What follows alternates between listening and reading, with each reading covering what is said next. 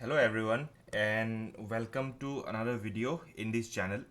So in this video we'll be discussing about one of the most famous temples of India, which is the Mahakaleshwar temple of Ujjain, or which is very commonly known as the Mahakaleshwar Jyotirling. So let's move ahead in this video.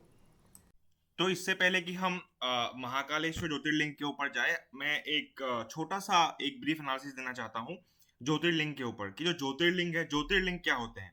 तो according to the Shiv पुराण के according ये कहा जाता है कि भगवान ब्रह्मा और भगवान विष्णु में एक बार एक बहस हुई, या फिर एक मान लीजिए एक छोटा मोटा skirmish हुआ कि उनमें से कौन है जो पृथ्वी के जो श्रेष्ठ जो है क्रिएटर हैं, पृथ्वी के सृजनकर्ता कौन है, जो उनमें से श्रेष्ठ कौन है। तो इसी डिबेट या इसी एक मतभेद को सुलझाने के लिए भगवान शिव ने ज्योतिर्लिंग का इस्तेमाल किया। ज्योतिर्लिंग उस टाइम पे क्या किसे कहा जाता था कि एक शेफ्ट, एक इन्फिनिट शेफ्ट ऑफ लाइट, यानी कि मान लीजिए जैसे वो त्रिशूल पकड़ते हैं उसी तरीके से उन्होंने एक एक इक्विपमेंट अपने हाथ में पकड़ा जिसके एंड में एक बेसिकली लाइट था।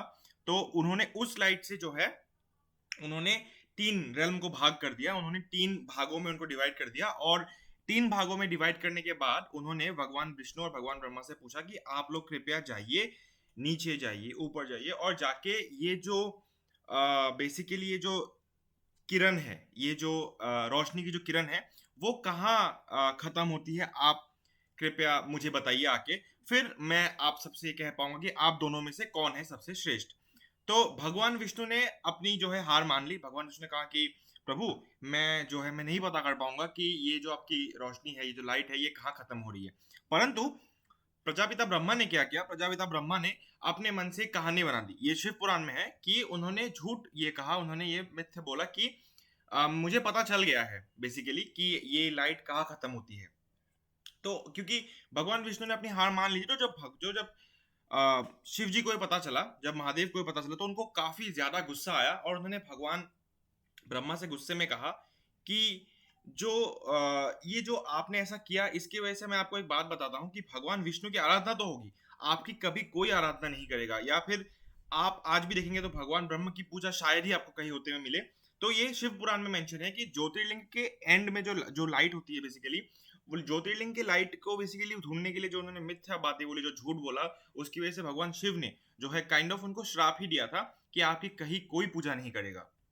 तो इस पिक्चर में आप देख सकते हैं कि किस तरीके से जो हमारे सारे के सारे जो ज्योतिर्लिंग है वो दिखाए गए हैं। आप दोनों के दोनों पिक्स में आप मैंने नाम ऑलरेडी पेस्ट करके रखे हैं, लेकिन इसके बावजूद भी मैं आपको आगे में समझा दूंगा कि हमारे कितने जो है इंडिया में हमारे पास कितने ज्योतिर्लिंग है। तो आप इस पिक्चर को देख के एक आइडिया लगा सकते हैं। इंडिया में कुल टोटल 12 ज्योतिर्लिंग है।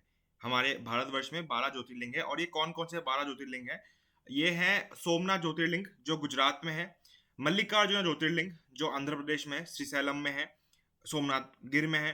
महाकालेश्वर ज्योतिर्लिंग जो मैं इस वीडियो में बात कर रहा हूँ वो उज्जैन में है, मध्य प्रदेश में। ओमकारेश्वर ज्योतिर्लिंग फिर से ये खांडवा मध्य प्रदेश में है, ये मंदाता बोल के एक जगह है, वहां से है। वैद्यनाथ ज्योतिर्लिंग जो है वो देवघर में है, झारखंड में। भीमशंकर ज्योतिर्लिंग जो है, भीमाशंकर ज्योतिर्लिंग, वो महाराष्ट्र में है। रामानाथ स्वामी ज्योतिर्लिंग जो है वो रामेश्वरम तमिलनाडु में है। नागेश्वर ज्योतिर्लिंग द्वारका गुजरात में है। काशी विश्वनाथ ज्योतिर्लिंग obviously Varanasi Uttar Pradesh, very well known.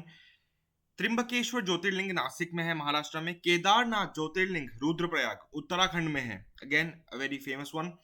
उसके बाद अंत में हमारे पास है कृष्णेश्वर ज्योतिर्लिंग। कृष्णेश्वर ज्योतिर्लिंग जो है वो औरंगाबाद महाराष्ट्र में है। तो ये हैं हमारे इंडिया के 12 फेमस ज्योतिर्लिंग्स। आप ऑब्वियसली जानते हैं इनके बारे में, आप न्यूज में हर साल टूरिस्ट काफी ज्यादा देखने जाते हैं इनको।